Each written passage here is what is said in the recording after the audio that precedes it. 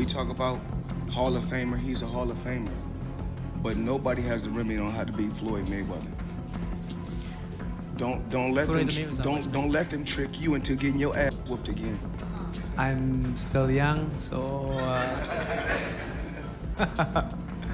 and I'm always active with this sport. So what I have done and accomplished in boxing, I think it's one of a kind, because to get a different weight division is not that easy.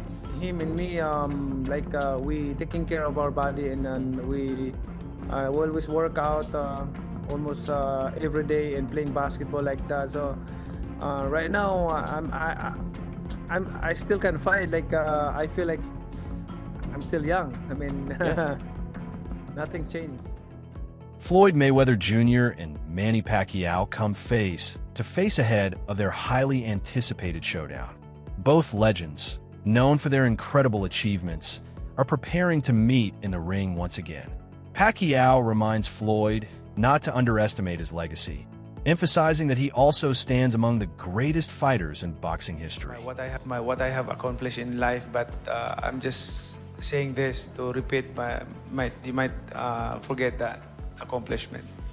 So to be the greatest boxer in the world is to know how to, of course, be compassionate and to show the people that you're really a fighter.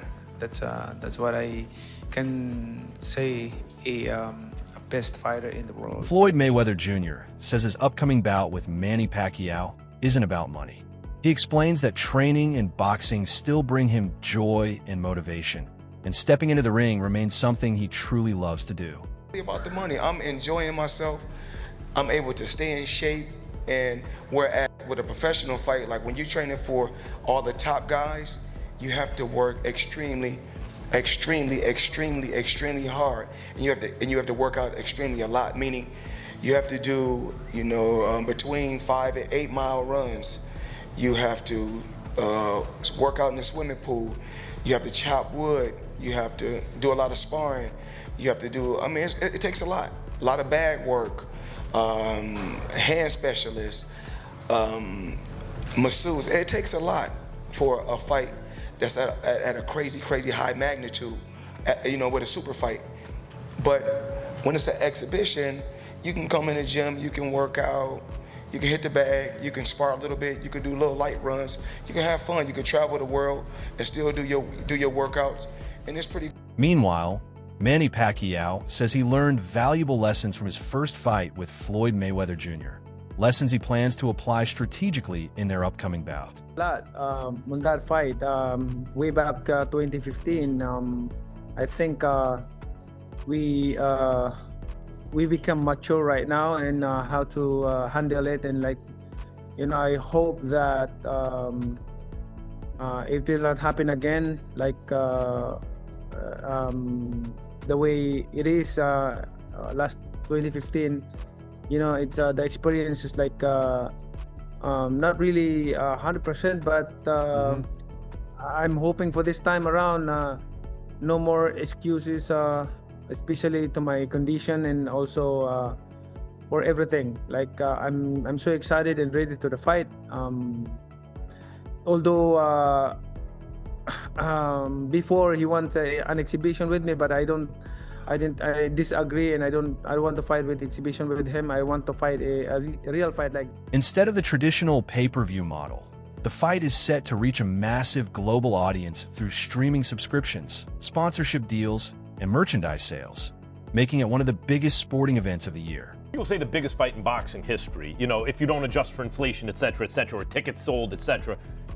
Joe Louis and Max Schmeling, the rematch, Ali and Frazier, the first fight. These were the biggest fights in boxing history. But Mayweather and Pacquiao was easily the biggest fight of its era, of the generation. And it was the highest grossing fight of all time. Sure. Because it had 4.4 million pay-per-view buys at $100 a pop. Do the math, right?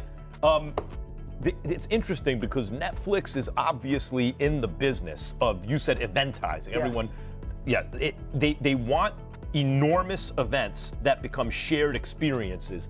In a way, in this day and age, partly because of delivery systems of content like Netflix, everything is so niche. Everything is so compartmentalized that there's very few shared experiences. It's one of the reasons that the NFL is such a big deal, because the NFL can get tens of millions. Oscar de la Hoya believes Floyd Mayweather Jr. will defeat Manny Pacquiao once again, praising Mayweather's elite defense and exceptional control inside the ring. The thing about Mayweather, you have to understand is he's always taken care of himself. Like, his body, physically, mentally, he's always been very sharp and always staying in the gym and doing something physically, right? That's the big advantage he has. I mean, he's an athlete. He's a world-class athlete. Watching Pacquiao's last fight, you kind of feel bad. You kind of feel bad for him, and even though he did win and he did, I guess, pull off a surprise in his last fight with a draw against the world champion, but still, you tend to kind of like feel bad because it's not the same Pacquiao. It's definitely not the same Pacquiao I faced. That's for sure. The one that put me on my stool in the 9th round. He believes Floyd Mayweather Jr.'s ability to evade punches and control the pace of a fight kept opponents frustrated throughout his career. Real rules, then it's an okay night for boxing. Who would you back? Who do you think would win it? If it's a real fight, because that's what Pacquiao wants, it seems. Yeah, I think Mayweather will. I think Mayweather will take it. Yeah, he's Manny Pacquiao says he is now fully focused solely on boxing. Unlike the first fight with Floyd Mayweather Jr., he explains that there are no distractions this time, with all his attention dedicated to training and preparation. To know, do you plan to return to politics, or is boxing now your focus for the next few years? First of all, I would like to congratulate all the fighters, the Filipinos who won the fight tonight. I'm proud of them, being a Filipino. And also, this is all I can say, that Pacman is back and the journey will continue. And about politics, forget about politics. I'm a private citizen right now. I want to live simple life, be giving inspiration and to help. I'm still helping other people. That's my heart, to leave a legacy, because I always say this to everyone, the Filipino, especially the Filipino people. I want to create a legacy that I can leave behind when we're gone, because we're not forever in this world. We're just passing by. Sean Porter says Floyd Mayweather Jr. and Manny Pacquiao remain elite because their disciplined lifestyles and healthy habits keep both legends active, even at this stage of their careers. Floyd Mayweather, that's got to be a hard thing to do, and especially when you're 49 years old. So there's some really good pros about it. He's done some exhibitions. He's shown that he still has the abilities that he's had. They're clearly not what they used to be, but they're still there. And then beyond that, the fact that he lives a good, clean life. He has his fun, and what I like about him, and I'm a lot the same. We have fun without, I call it clean fun, right? Yeah. So we're out there, but we're not using the alcohol. We're not using, the substances and all those other kinds of things. Yeah, we may stay up late once or twice a month, 2 or 3 o'clock in the morning, but what's the worst that can happen? And for someone like him, who he got everywhere he got because of this right here, that's never going to change for him, right? So he's just going to lock back in, and he'll literally be the Floyd of old. Sean Porter highlights the unique stakes of this matchup, noting how rare it is for a fighter like Floyd Mayweather Jr. to risk his perfect record at this stage of his career. While many athletes his age might opt for safer exhibitions or low-risk appearances, Mayweather is putting everything on the line, making this an official fight rather than just a showcase. Porter emphasizes that this willingness to compete seriously at his age captures attention and keeps fans engaged. Despite the high risk, Porter is confident that Mayweather's skill, discipline, and strategic approach will help him maintain his undefeated record. It's the combination of experience, rigorous training, and a lifetime of smart decisions that makes Floyd formidable even against younger opponents. Such a massive risk, though, Sean, even for Floyd, to put that 50-0 record, that unblemished record, on the line. From that standpoint, are you surprised that they didn't do this as an exhibition, that it is a real deal sanctioned fight? I'm not really surprised. I think that, again, when you get in the ring with Floyd, when you do a promotion against Floyd, when you have to deal with the business with Floyd, you grow, you learn.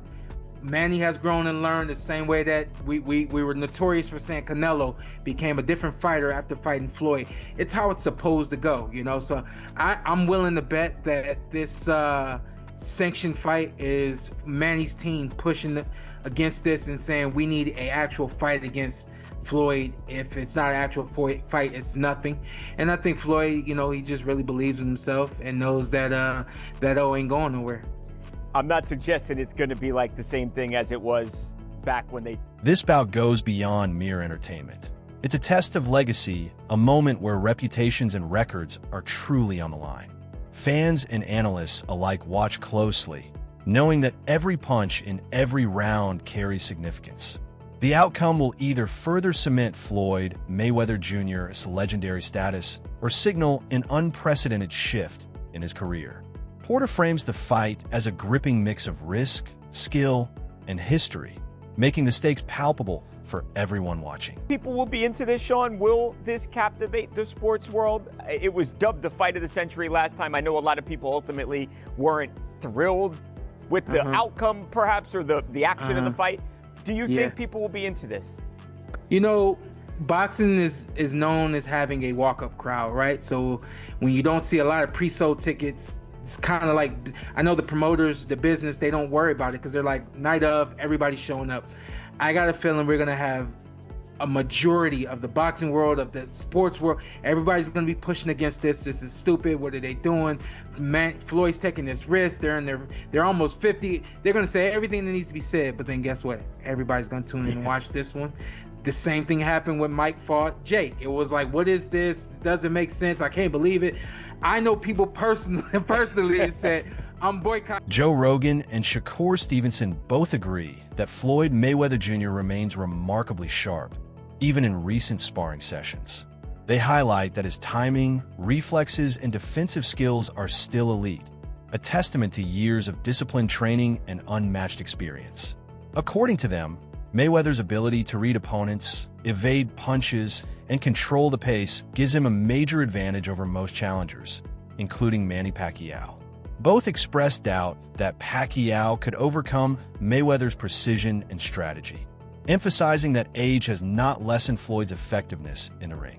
Their insights reinforce the idea that Mayweather's legacy as one of boxing's greatest remains intact, while this matchup will challenge Pacquiao more than it does Floyd. They're going to do that on Netflix. Floyd. I think that's still a high-level fight, though. That's what I love about it, because I think Manny is still a high-level fighter. And Floyd, even in these exhibitions that he's been doing, He be looking good, huh? He looks great, man. He looks great in sparring. You see him in sparring, like, good Lord, man. Yeah. It doesn't look like he's lost a step. Yeah, I honestly, I don't see Manny being able to beat Floyd Mayweather. Like, I don't see it. I think Manny looked solid his last fight with Barrios, but I just don't see Floyd losing. Like, I think it's some guys that he could come back today in the sport of boxing and fight. Yeah, I think so. Like guys even like though he's Barrios, 46. Yeah, right. I think he would light Barrios up. Yeah. Teddy Atlas highlights the contrasting styles and physical attributes of Floyd Mayweather Jr. and Manny Pacquiao. He notes that Mayweather's natural size provides strength and reach advantages, while Pacquiao's speed, agility, and high activity level make him a dangerous opponent, especially against a less active fighter. Atlas points out that Mayweather's long period of inactivity could impact his timing and endurance, giving Pacquiao's constant movement and fast combinations potential openings. Despite this, he stresses that Floyd's experience, defensive mastery, and ring IQ remain key factors that could neutralize Pacquiao's aggression. Atlas frames the matchup as a classic clash: size and experience versus speed and relentless activity. Right? So that's number one. The number two was who's got less miles on the odometer. And because of the defensive style of Mayweather, I gave a check to Mayweather having the edge here. I mean, besides the Marquez fights, Pacquiao's been in some tough fights, right? Reflexes and timing and other boxing elements. Well, I gave the check to Pacquiao. You know, at least he's had some fights, or at least one real fight, you know, with Barrios recently. And yeah, Mayweather's fresher, but inactivity could affect his timing, especially early in the fight. So next one, power. Well, the guy who's always been a naturally better puncher, not the naturally bigger guy though, so that equals it out a little bit even. Wade Plemons recently expressed concerns about streaming platforms promoting fights featuring older boxing legends. He explains that events on platforms like Netflix often prioritize entertainment value and commercial gain over the long-term health of the sport. While legendary fighters earned their reputations in their prime, bringing them back when they're past their peak can give younger audiences, who never saw them at their best, a skewed impression. Plemons argues that these fights are largely driven by business opportunities. The massive audience, sponsorship deals, and global streaming reach make them extremely profitable. Fans' curiosity about how legends like Floyd Mayweather Jr. perform at an older age naturally generates huge attention. Things that people want to see, grabbing attention when procuring sports for their platform. You don't see Netflix going out, no offense to, smaller events in boxing or MMA or really anything, but you don't see Netflix going out and grabbing, a regular fight night to put on their platform. You don't see Netflix going out and showcasing high school football or even college football. You see them going after the biggest and most watched events they can possibly make. And I think, again, that's a good thing that boxing is included in it at all, right? You're seeing these exhibitions with Jake, and you're seeing the Mike Tyson-Jake Paul fight, and those do bring a ton of audience. Whether you like the fights or not, they do. And again, it brings more people to the sport. Do I wish that more people came to the sport for, championship bouts between guys like Teofimo Lopez and Shakur Stevenson, or that we could showcase the Ring 4 card on Netflix for David Benavidez and Anthony Yard and Devin Haney and Brian Norman Jr.? However, Wade Plemons argues that the ongoing focus on returning legends can overshadow the rising stars who are actively shaping boxing's future. He believes that while nostalgia draws viewers and generates excitement, the sport would benefit more from highlighting fighters currently in their prime, whose performances are defining the next era. Plemons emphasizes that honoring past champions is vital for boxing's history and culture, but repeatedly relying on them for major events risks stagnation and diverts attention from fresh talent.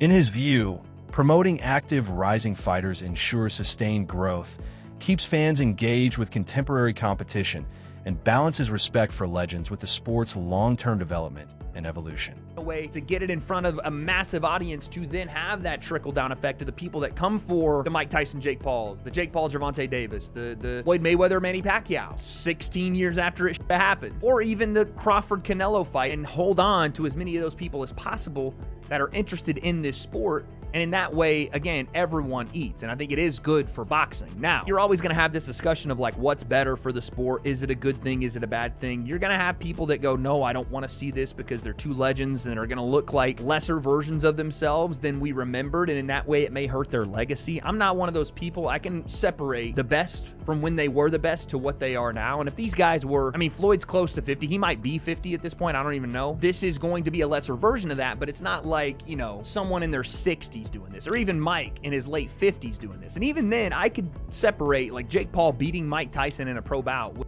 Tim Bradley reflects on the upcoming fight between Floyd Mayweather Jr. and Manny Pacquiao, acknowledging the reality of the matchup.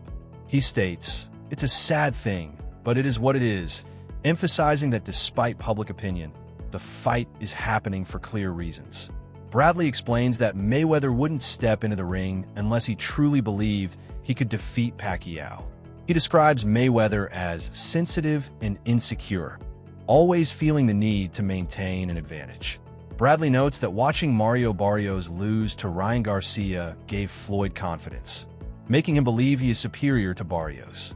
He adds that Mayweather relies on his experience, hand speed, and discipline to remain capable of beating Pacquiao, even as he nears 50 years of age. money. That's why. All the rumors are true. It's a sad thing, but it is what it is. But it is what it is. And you know one more thing. Mayweather, if Mayweather didn't believe that he can beat Manny Pacquiao, he wouldn't be in the ring with him.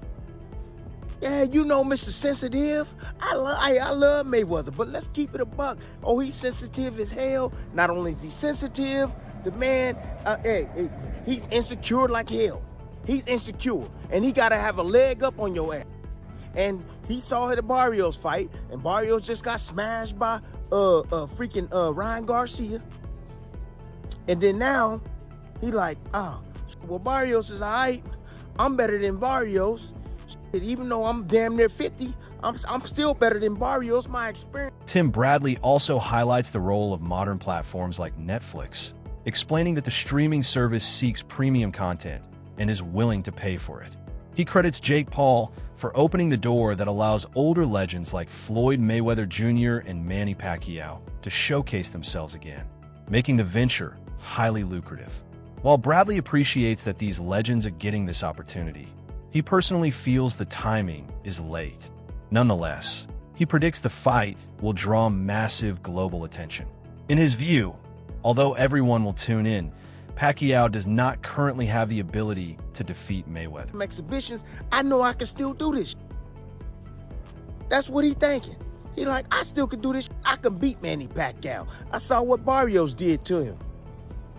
So that's the reason why this fight is happening. The rumors are damn true. It's sad, but it is what it is. And you know what? The money right now for content is crazy.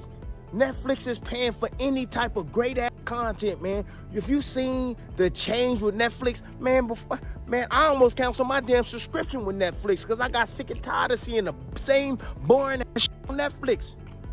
And now they got this woman in place now, and she's seeking out and she want the best of the best content.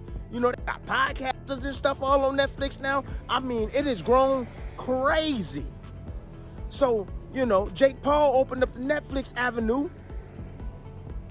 Yeah, he opened it. That's a wrap for today's video. Stay tuned for more updates.